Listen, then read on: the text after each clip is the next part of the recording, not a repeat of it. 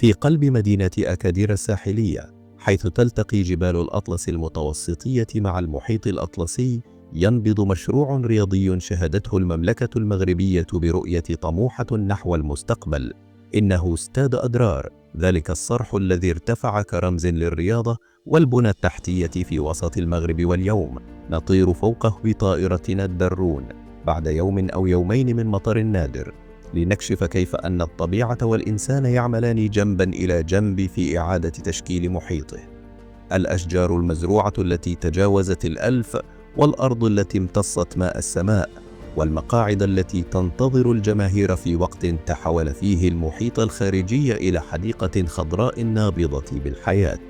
بدأ مشروع استاد أدرار في أكادير كمبادرة وطنية كبرى، حينما تم اختيار موقعه خارج مركز المدينة على بعد نحو 15 دقيقة من مركز أكادير و30 دقيقة من المطار.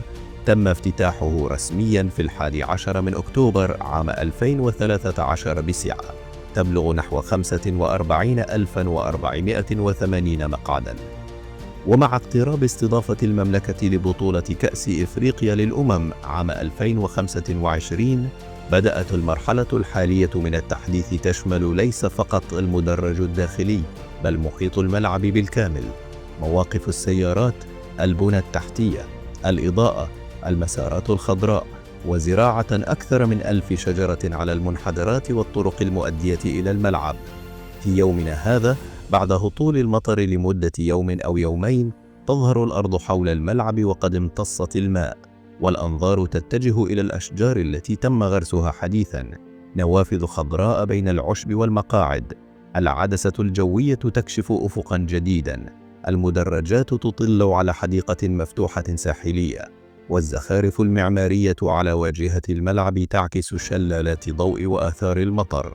الأعمال الجارية تشمل تركيب أنظمة الري الحديثة، تعبيد وإنشاء مسارات المشاة، تهيئة مناطق تنزه، وإنشاء مواقف السيارات التي تم توسيعها من نحو 2600 إلى 4100 مكان تقريبا.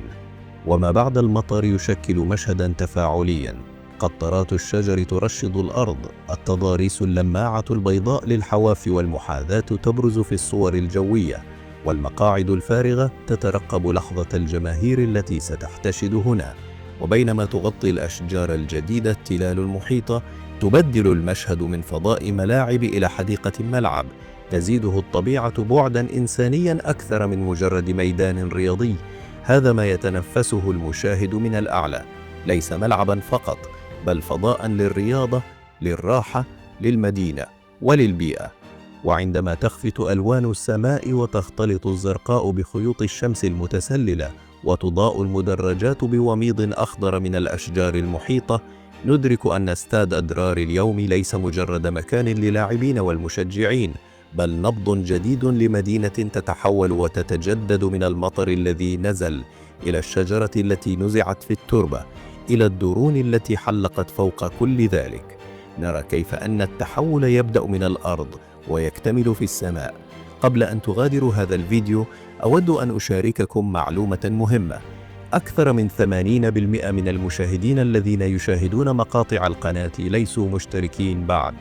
إذا أعجبكم هذا النوع من المحتوى، أدعوكم بكل حب إلى الاشتراك في القناة ودعم هذا المشروع الذي يهدف إلى تغطية مدن وقرى المغرب من السماء، رحلة بعد رحلة ومدينة بعد أخرى. فهدفنا هو تقديم صورة جوية راقية وجميلة عن المغرب، بلد التنوع والجمال من شماله إلى جنوبه. دعمكم بالاشتراك والمشاركة هو سر الاستمرار والتطور، فكونوا جزءا من هذه الرحلة الجميلة حول المغرب